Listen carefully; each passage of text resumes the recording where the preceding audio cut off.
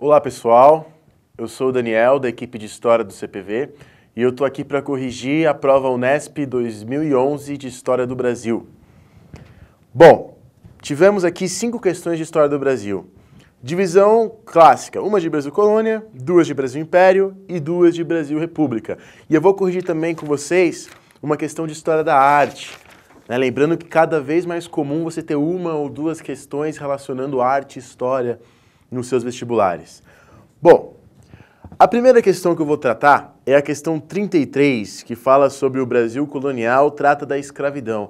Como vocês sabem, os escravos não foram pacíficos, não aceitaram pacificamente a sua escravidão. Os escravos resistiram e resistiram de diversas formas.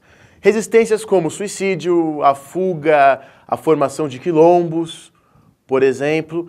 E uma forma de resistência, também pode ser encarada como uma forma de resistência, é a manutenção de práticas e rituais que eles tinham na África.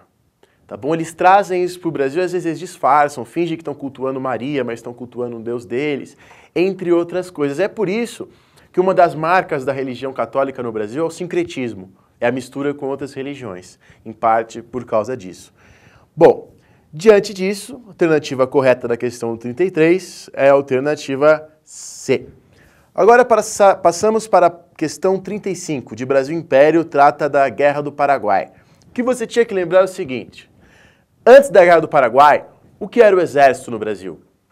O Exército era uma instituição sem prestígio, uma instituição de pessoas pobres, uma instituição deixada de lado, o soldo era muito baixo, entre outras coisas. Com a Guerra do Paraguai, o Exército brasileiro se estrutura, adquire uma hierarquia mais bem feita, né? Ele estabelece regras internas de maneira mais definida e o Exército sai da Guerra do Paraguai prestigiado, fortalecido e bem organizado. Mais do que isso, o Exército brasileiro sai da Guerra do Paraguai politizado.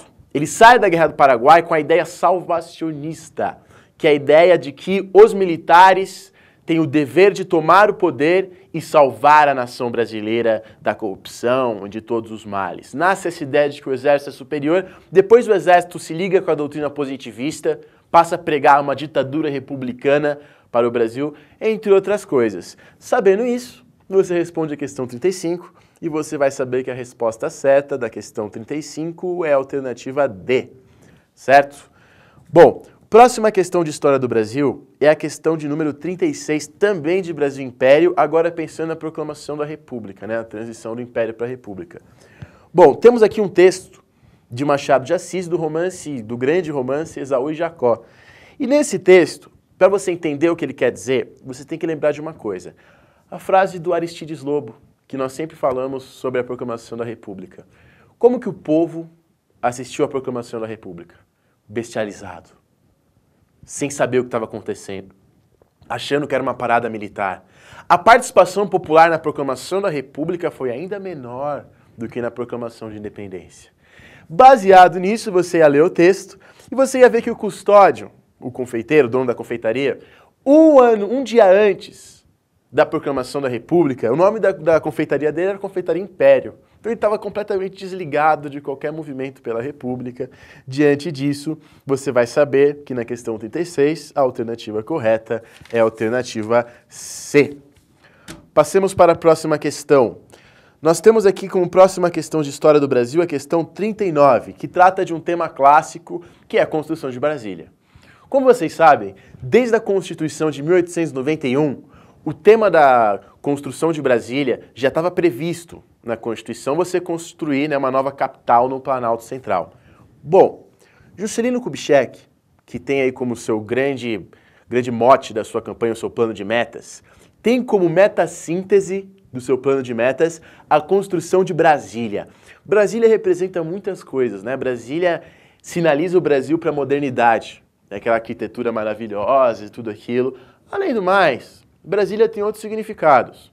Brasília, por exemplo, ajuda a interiorização do Brasil e ajuda na integração do centro do Brasil ao resto, né? Uma capital bem no centro do país, o que facilitaria a integração de todo o território. Era isso que você precisava saber, tá bom? Na questão 39, a alternativa correta, portanto, é a alternativa B. Outra questão de história do Brasil que trataremos aqui é a questão 42, também um tema clássico, né? Você vê que os temas clássicos, Guerra do Paraguai, Brasília, e agora Diretas Já. Né? Diretas Já, como vocês sabem, foi uma das maiores mobilizações populares da história do Brasil. Em escola, no trabalho, o Brasil inteiro você tinha pessoas se mobilizando na campanha de diretas, inclusive políticos que depois vão estar na oposição, um contra o outro, juntos na defesa das diretas, partidos políticos diversos, juntos na defesa das diretas. Então você tem, por exemplo, Mário Covas e Lula juntos, querendo a diretas já. E nesse sentido, você tem que se lembrar, obviamente, que a campanha previa, queria a aprovação da emenda Dante de Oliveira, que faria as eleições diretas no Brasil já no ano de 1984, né, para eleger o próximo presidente já de maneira direta e não por um colégio eleitoral. Bom, como vocês sabem, a proposta foi derrotada e a eleição foi feita indiretamente quando foi eleito Tancredo Neves. Sabendo isso, você sabe que na questão 42, a alternativa correta é a alternativa D. Muito bem, agora eu falarei rapidamente com vocês sobre a questão de História da Arte, que foi a questão 38. Você precisa lembrar uma coisa, nós temos aqui uma obra do Marcel Duchamp, que é a fonte. A obra é feita em 1917. Em 1917, como vocês sabem, a Europa está passando pela Primeira Guerra Mundial. O que representa a Primeira Guerra Mundial? A crise de uma utopia iluminista, que é a utopia do progresso. É a utopia de que quanto mais você tivesse tecnologia, quanto mais você tivesse razão, mais a sociedade iria progredir e o progresso seria infinito. Acreditava-se nisso, estava-se naquela chamada Bela Época, e no meio disso tudo vem a maior guerra que o mundo já tinha visto, uma guerra sangrenta, uma guerra destruidora. É a crise da razão, é a crise das utopias, é a crise daquele modelinho fechado de mundo.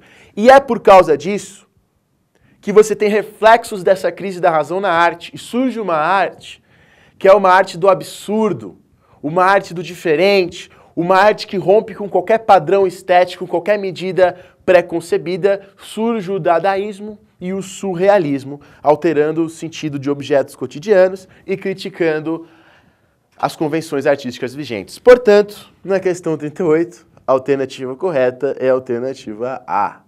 Certo? Espero que vocês tenham tido uma boa prova. Desejo uma ótima faculdade para todos vocês.